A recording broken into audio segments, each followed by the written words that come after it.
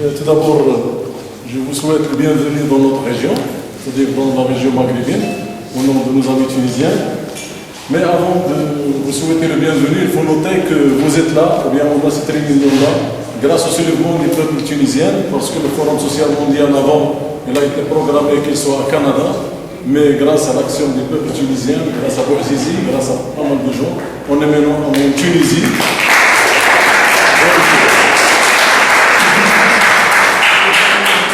Je vous souhaite la bienvenue pour parler un petit peu de la région arabe ou bien de la région MENA. C'est tout simplement de préciser quelques points forts de la région, c'est qu'il y a une très grande disparité dans la région. Et après, j'essaie un petit peu de parler du Maroc comme exemple concret de l'échec du programme ou bien du programme de santé basé sur la contribution. Pour la région, comme vous le savez tous, je pense que c'est une région qui est divisée en deux grandes parties. Une partie très riche, c'est-à-dire les pays du Golfe avec un revenu, avec un PIB parmi les premiers dans le monde, c'est-à-dire au Koweït, aux Émirats arabes unis, et une zone qui est très pauvre, et même on peut dire qu'une zone qui est la plus pauvre de la région du monde, c'est-à-dire avec la Somalie, la Mauritanie et le Yémen. Donc il y a une très grande disparité sur du point de vue économique. Sur le côté de la santé, je pense qu'il y a de même une très grande différence. On essaie tout simplement de prendre la région du Maghreb. Il est un petit peu unifié par les paramètres, par les indicateurs et par les problèmes. Si on essaie de faire une comparaison entre le Maroc, la Tunisie et l'Algérie, c'est le système Besmar qui est mixte, c'est les mêmes problèmes.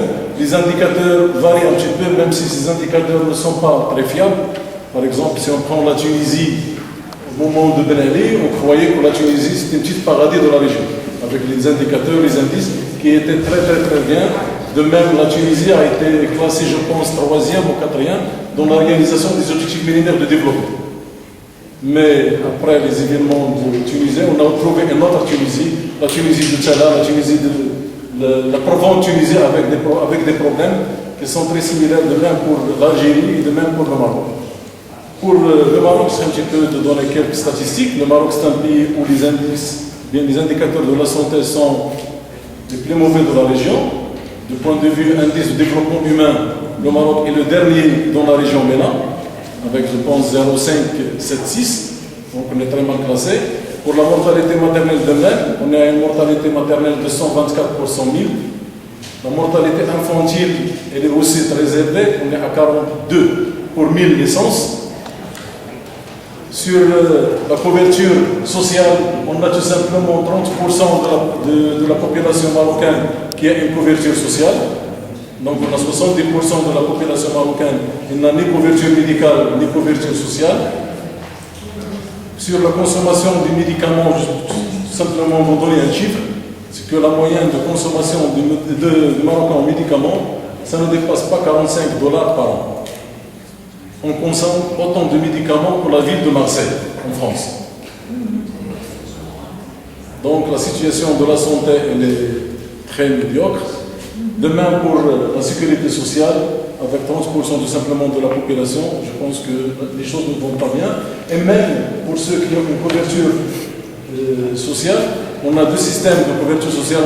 La CNOPS, c'est-à-dire qui gère tout ce qui est secteur public, on a une partie du secteur privé.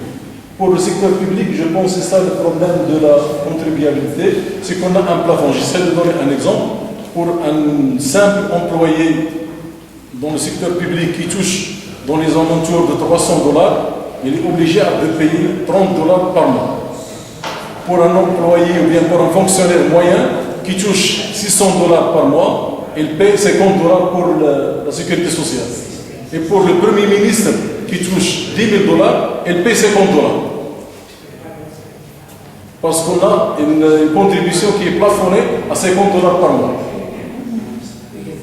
Donc de là, les choses sont très claires. On est dans un système qui est très défaillant. Et de même pour le grand problème dont va souffrir le Maroc, je pense, à partir de 2016 et 2017, c'est le paiement des pensions.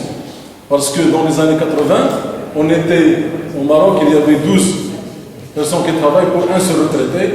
Dans les années 90, on est passé à 6 pour un seul retraité. Cette année-là, on est à 2,5 pour un seul retraité. Donc les prévisions sont très La situation, il est un petit peu, pas parce que je suis optimiste, mais la situation, il est très très pessimiste sur le secteur de la santé et même sur la sécurité sociale. Pour le travail qu'en train de faire la société civile, d'ailleurs ici je représente le réseau marocain pour le droit à la santé qui est une plateforme d'association, nous travaillons notre travail durant les années, depuis 2004, on est créé en 2004, c'est-à-dire depuis le commencement du paiement des traitements, même dans le secteur public, c'est-à-dire le début de privatisation avec ce qu'on appelle les hôpitaux Sigma. C'est l'initiation du travail. Les résultats qu'on a pu obtenir au cours de ce travail-là, c'est premièrement la constitutionnalisation du droit à la santé. Avec le printemps arabe, le roi a été obligé à faire un changement dans la constitution. Et dans cette nouvelle constitution, il a introduit le droit à la santé.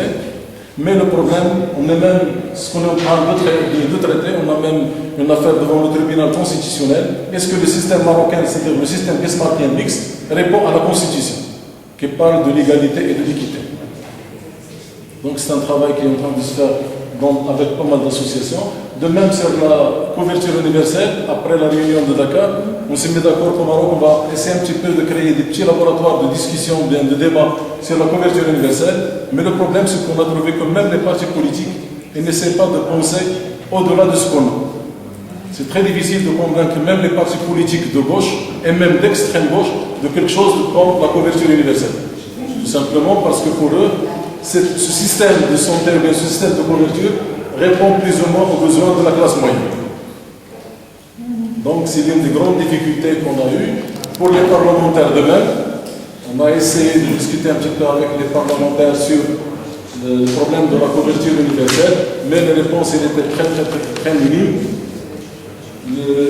Notre objectif maintenant, c'est essayer de relancer à nouveau le débat, parce que la nouvelle constitution donne à la société civile la possibilité de présentation de projets de loi. Il y a un article 13 qui parle que maintenant la société civile peut présenter un projet de loi au Parlement. On est en train d'élaborer quelque chose comme ça afin de le présenter dans la session d'hiver prochain. Donc c'est un petit peu ce qu'on essaie de faire au Maroc concernant la sécurité sociale et le système de santé. De même, on est en train de faire une petite évaluation du système de santé basé sur l'approche droit. On a trouvé qu'au Maroc, il y a des choses qui sont vraiment bizarres. Par exemple, le Maroc est le seul pays dans toute l'Afrique qui a signé l'ACTA, la Convention de Counterfeiting Trade Agreement. C'est-à-dire, on est les seuls dans la région africaine qui ont signé cet accord-là, qui a été même rejeté par le Parlement européen, tout simplement parce qu'on est le bon élève de la Banque mondiale et du FMI. Et avec l'arrivée des islamistes, les jeux politiques se sont un petit peu changés. Au lieu d'amener le débat sur les problèmes sociétals, on a passé à peu près 6 mois ou 7 mois sur la discussion des libertés personnelles, ou bien sur la discussion de la laïcité du pays. Est-ce qu'on va vers un pays laïque, ou bien tout simplement on va essayer de garder ce qu'on avait avant, c'est-à-dire les islamistes, essayer de les écarter un petit peu. Mais je pense qu'on est en train de perdre beaucoup de temps dans des débats qui sont... Moi personnellement, je juge que nous ne vont pas apporter beaucoup de choses. Et pour le nouveau gouvernement, je pense que la dernière chose sur laquelle il est en train de travailler, c'est l'élimination de la caisse de compensation. C'est-à-dire automatiquement, on va vivre ce que vivait l'Argentine dans les années 85-86, c'est-à-dire une élimination de la classe moyenne. Donc c'est un petit peu la situation au Maroc et merci.